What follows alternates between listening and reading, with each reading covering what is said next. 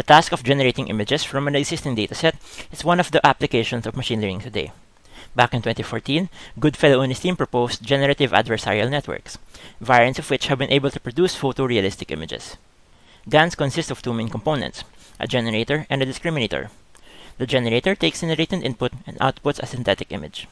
A combination of real and synthetic images are fed into the discriminator and are classified as either real or fake.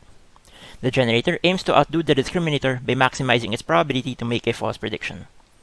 Looking closer at the generator, we see that it is a deep network that utilizes transposed convolutional layers.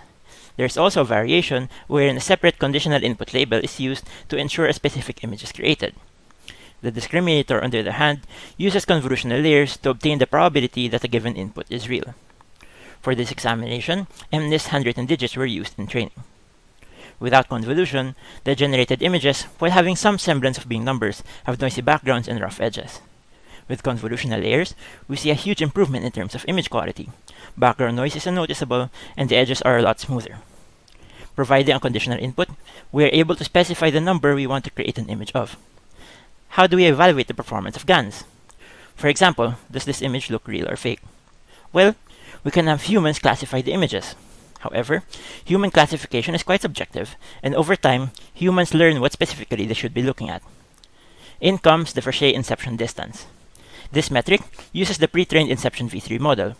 It examines how similar the synthetic samples are to the real ones. Obtaining the metrics for the three models, the non-convolutional model comes in last.